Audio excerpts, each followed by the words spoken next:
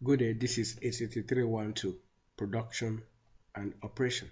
I'll be taking you through study section 2, Operations Management.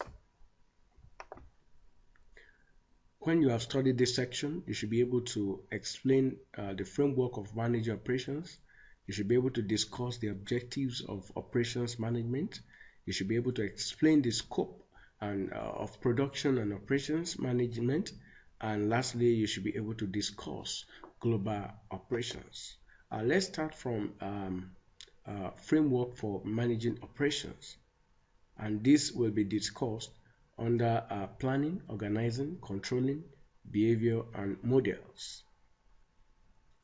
Managing operations can be enclosed in a framework of general management functions. Operation managers are concerned with planning, organizing, and controlling the activities which affect human behavior through models. Let's talk about planning. Planning are the activities that establish a course of action and guide future decision making. The operations manager defines the objective for the operations subsystem of the organization and the policies and the procedures for achieving the objectives. This stage includes clarifying the role and focus of operations in the organization's overall strategy. It also involves product planning, facility designing, and using the conversion process. Let's talk about organizing. Activities that establishes a structure of task and authority is called organizing.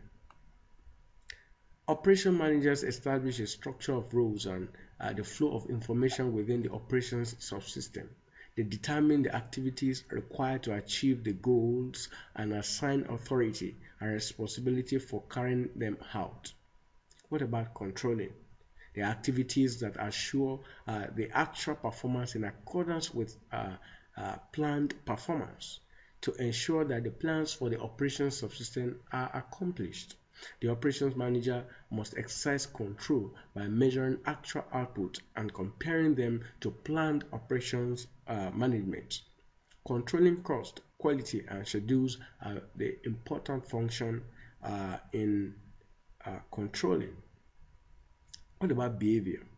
Operation managers are concerned with how their efforts to plan, organize, and control affect human behavior. They also want to know how the behavior of subordinates can affect managers' planning, organizing, controlling actions, and controlling actions. Their interest lies in decision-making behavior. Models. Let's talk about models. As operation managers plan, organize, and control the conversion process, they encounter many problems and must take many decisions. They can simplify their difficulties using models like aggregate planning models for examining how best to use existing capacity in short term, break-even analysis to identify break-even volumes, linear programming, and computer simulation for capacity utilization. Decision tree analysis for long-term capacity problem of facility expansion, simple median models for determining the best location of facilities, and so on and so forth. So these are the framework for managing operations. Let's move on as we talk about the objectives of operation management, and this will be discussed into two broad categories. Objectives of operation management can be categorized into customer service and resource utilization. Let's talk about customer service. The key objective of operation management is customer service, in which the satisfaction of customer wants. The operating system must provide something to a specification which can satisfy the customer in terms of cost and timing. Thus, primary objective can be satisfied by providing the right thing at the right price and at the right time. The principal sources of customer satisfaction are specification, cost, and timing. Let's talk about resource utilization. Another major objective of operating system is to utilize resources for the satisfaction of customer wants effectively.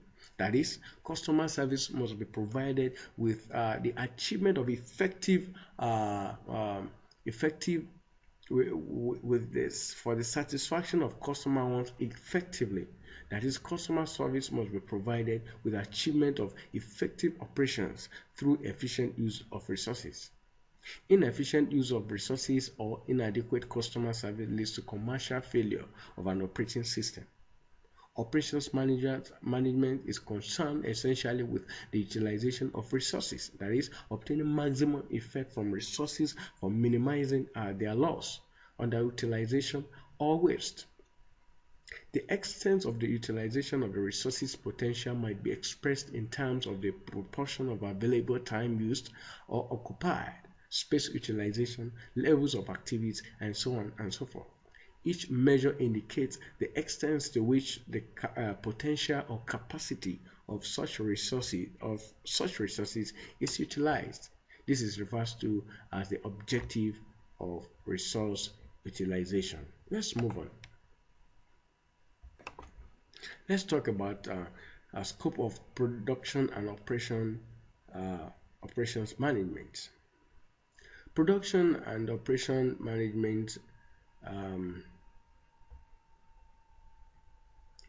are concerned with the conversion of production of input into output using physical resources so as to provide the desired utilities to the customer while meeting the other organizational objective of effectiveness, efficiency, and adaptability. It distinguishes itself from other functions such as personnel, marketing, finance, and so on by its primary concern for conversion by using physical resources.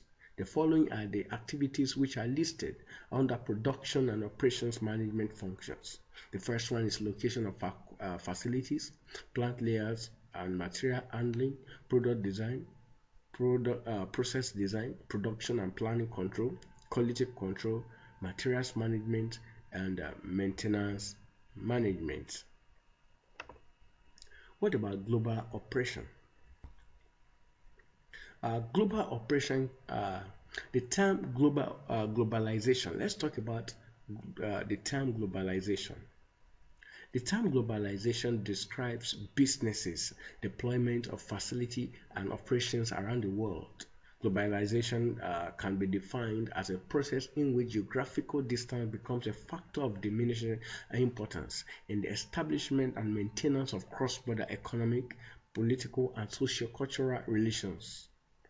It can also be defined as worldwide drive toward a globalized economic system dominated by supranational corporate trade and banking institutions that are not accountable to democratic processes or national government. There are four levels, there are four developments there are four developments which have spurred a trend towards globalization, and these are: number one, improved transportation and communication technologies, open financial systems, increased demand for imports, and reduced import quotas and other trade barriers. So these are the four developments which have spurred the trend towards globalization. I hope you have learned one or two things from this study section.